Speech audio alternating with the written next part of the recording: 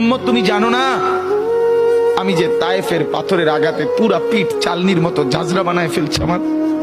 শোনো নাই তুমি?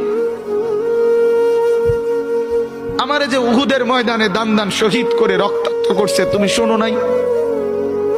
আমি যে 14 দিন পেটে ক্ষুধার তাড়নায় পাথর বাঁধছিলাম, উম্মত তোমার মনে নাই?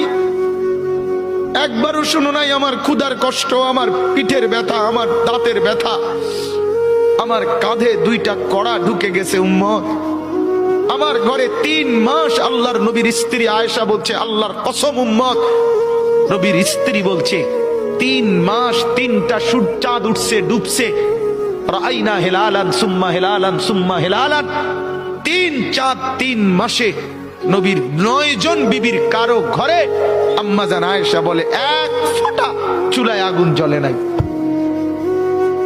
মা আওকাদাত ফি আবিয়াতে রাসূলিল্লাহ নারুন, নবীর একজন বিবির ঘরেও আগুন জ্বলে নাই। আল্লাহ নবীর স্ত্রী আয়েশা একদিন বলছিল নবীকে পিঠে হাত বুলাইয়া, ইয়া রাসূলুল্লাহ, স্বামী আপনার পিঠ ছিদ্র ছিদ্র কেন?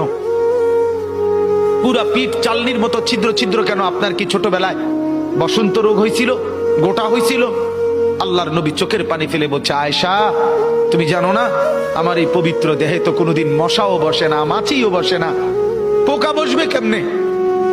আমার পবিত্র দেহে তো হাঁটলে মেশকের গ্রান বের হয়, আমার পেশাব পায়খানাও তো কোনোদিন জমিনের উপরে 1 সেকেন্ড থাকে না, মাটি ফাঁক করে ভেতরে নিয়ে যায়, সেই আমার গায়ে গোটা হবে কেন? আয়েশা এগুলো আমার তায়েফের পাথরের আঘাতের রক্তের দাগ।